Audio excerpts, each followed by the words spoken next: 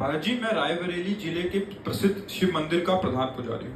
लोगों से सुना है कि शिव मंदिर का पुजारी अगले जन्म में कुत्ते की योनि में जाता है। जब से मैं आप हाँ, प्रतिदिन नहीं, उसका विशेष लोगों से नहीं, वाल्मीकि रामायण में लिखा हुआ है कि एक बार जो है एक ब्राह्मण देवता बड़े तपस्वी, वाल्मीकि रामायण में हमने स्वयं स्वाध्याय में पढ़ा था बहुत वर्ष पहले, तो वो भिक्षा मांगने गए तो उनको भिक्षा में कुछ नहीं मिला, तो गुस्सा में आ रहे थे, तो डंडा हाथ में था, एक कुत्ता पड़ा था, उसकी खोपड़ी में 2-4 डंडे जमा दिए। कुत्ते ने भगवान के दरबार में जाकर के कहा,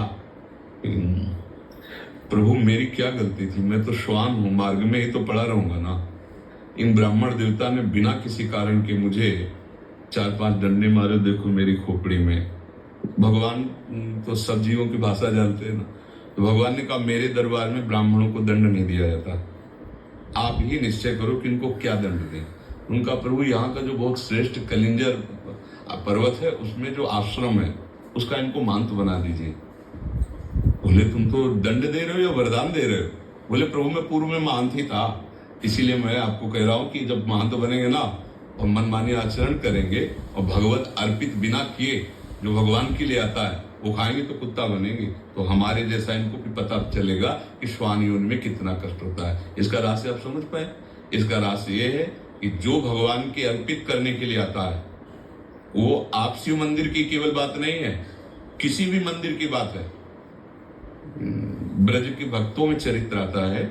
एक दिन एक विरक्त संत जो गुफा में भजन करते थे, क्योंकि जैसे गिरिराज जी है, नंदगांव में, बरसाना, यहाँ पर्वत है, यहाँ गुफाएं भी हैं, संत जन एकांतिक भजन, तो भिक्षा मांग के आ रहे, पीछे से आवाज है, बाबा सुन, अगर मुझे थोड़ा टुकड़ा दे दे तो मेरी प्रेत योनि से मुक्ति हो जाए। तो मुड़ के देखा तो कोई नहीं दिखाई दे, एक कुत्ता दिखाई दिया, तो लगा शायद ऐसे कानून। फिर बाबा सुनो ना आए, तो फिर मुड़ के देखा कौन हो तुम? तब बोले ये जो मैं कुत्ता रूप दिखाई दे रहा हूं, मैं नंदालय का पुजारी हूं। तो उनका प्रभु आप तो भगवत पार्षद है, आपकी ऐसी कैसे? तो उनका लाला के लिए अमनिया आता था, बिना भोग लगाए हमने उसको प्रयोग किया, तो उसके दंड में अगर आप अपनी जूठन करके दे देंगे तो अभी मैं मुक्त हो। तो बोले भैया यदि तुम्हें भगवत प्राप्ति हो रही है, दोष से मुक्त, तुरंत जूठन करके उन्होंने दे दी। बात यहाँ समझनी, शिव मंदिर ही नहीं, किसी भी मंदिर में आपके पास शिव जी के लिए जो कुछ आया है आप उनको अर्पित कर दिए, इसके बाद जो प्रसाद रूप से आप सेवन करते, कभी आपकी दुर्गति नहीं हो सकती। लेकिन आया मानो जैसे जो भी वस्तु आई वो आप उसे अपने प्रयोग में बिना स्वामी को अर्पित किए, फिर वो अपराध बन जाएगा। ऐसा नहीं है, हम उन्हीं के उपासक रहे हैं, उन्हीं के आए। अरे मुक्ति तुम यार, अरे उनकी बात जाने दो, हम कह रहे तुम अंगूठे में ऐसे भावना करके करो, अभिषेक मुक्ति हो जाएगी। शिव भावना तो करो तुम, बालू दी जो भगवान के सामने अर्पित कर दी, और इसके बाद जो हम प्रसाद रूप से सेवन कर रहे हैं, फिर उससे कहीं कोई ऐसी, हाँ अब हम भगवान के लिए आया, चढ़ा हुआ नहीं खाना चाहिए। जो ऐसे 12 ज्योतिर्लिंग हैं, नर्मदेश्वर हैं, भगवत स्वरूप हैं, इनका तो पाना ही चाहिए ना। हमारे पास तो रोज चरण, लगभग हफ्ता में 1-2 बार चरणामृत आ जाता है, भगवान महादेव जी का भोग आता है, तो रोज चलता है, तो रोज पर उनका प्रसाद जूठन पाते हैं। ऐसे नहीं, जो मतलब उस विधान को सब, और ये अगर हम कहीं भी भगवत भावना करके उनका पाते तो दुर्गति हो सकती है क्या? कौन सा सिद्धांत है? भगवान हरि और भगवान हर में कोई भेद है क्या? तो कुछ बातें समझ नहीं होंगी उसमें। अब हम लोग क्या करते हैं, छल कपट करने लगते हैं, सेवक की जगह स्वामी बन जाते हैं, उस बात का दंड मिलता है। नहीं तो भगवान की सेवा करने वाले की दुर्गति हो सकती है। आप शिव पुराण की आपको कथा सुना रहे हैं।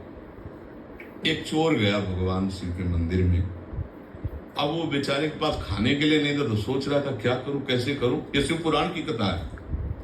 तो उसके पास कोई प्रकाश नहीं था कि वो मंदिर में देख सके कि कहाँ क्या है जिससे मैं खाने योग्य कुछ चुरा सकूं। तो उसने अपने ऊपरी वस्त्र उतारा और जला करके ऐसे प्रकाश किया। वहां उसको भगवान के जो कुछ आरती पूजा के पात्र थे वो उठा ले गए, मरा।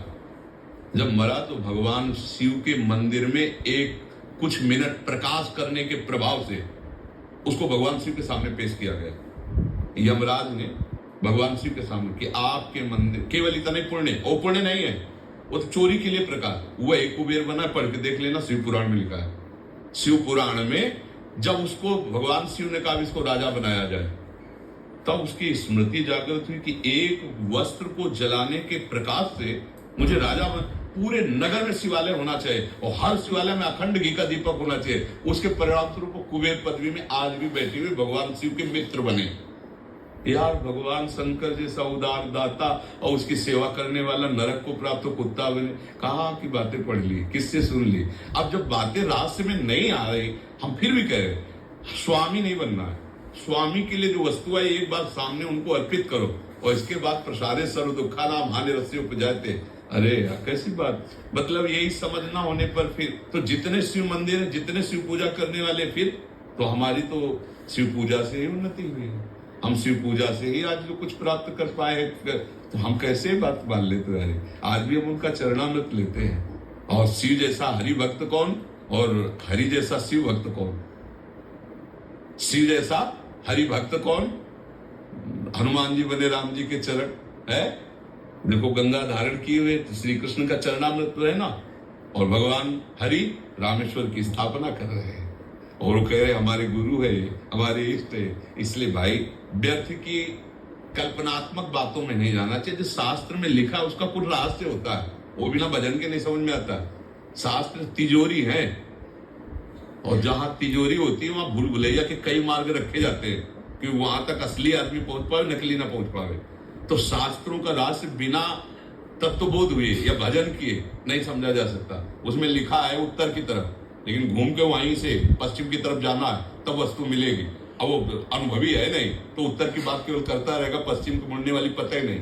इसलिए कहा जाता है कि बिना गुरु के ज्ञान नहीं होता, बोध नहीं होता। तुम निश्चिंत रहो और भगवान शिव की आराधना करो और सेवक रहो। सेवक है, हम एक बूंद पानी भी उनको अर्पित किए बिना नहीं पी सकते।